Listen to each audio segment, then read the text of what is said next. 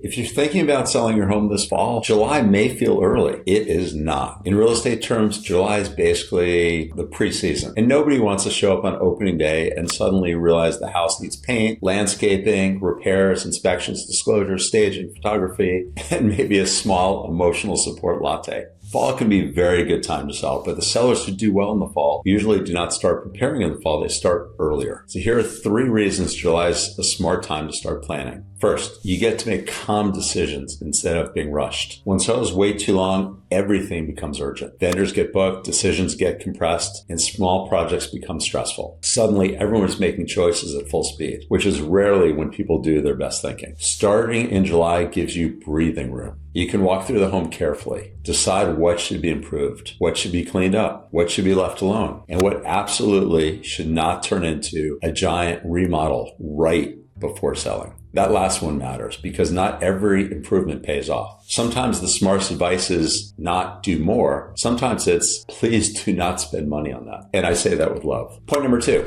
In our market, prep also means inspections and disclosures. And this is a big one. In many parts of the country, buyers do inspections after they are in contract. But in our market, the rule of thumb is sellers typically prepare inspections and disclosures up front. That means property inspections, pest inspections, disclosure packages, reviewing reports, understanding issues before buyers do, and deciding how to position the home clearly and confidently. This is not the glamorous part of selling. Nobody walks into a cocktail party saying, hey, you should see my disclosure package. At least I hope not. But it is incredibly important because good upfront preparation can create more buyer confidence. It can reduce surprises. It can help buyers write stronger offers. And it makes the entire process feel more transparent and organized. And that matters, especially in a market where buyers are careful, informed, and comparing everything. And point number 3, fall strategy starts before fall marketing. A strong fall launch is not just about putting the home online after Labor Day. It starts with the understanding of the market before you launch. What's sold recently? What is sitting? What price points are getting attention? Who is the likely buyer? Where is that buyer likely coming from? And what will make your home stand out? And that is why the planning stage matters. So before I list a home, I'm looking at pricing strategy, buyer profile, competition, timing, preparation, and feeder markets. Because the goal is not just to say, here's a beautiful home. The goal is to say, here's the right home presented the right way to the right buyers at the right time. And that is where strategy matters. If you wait until the week you want to list, your options are limited. If you start in July, you have more control, more time, better preparation, and usually a much calmer experience, which is good because selling a home already has enough moving parts. No need to turn it into a real estate fire drill with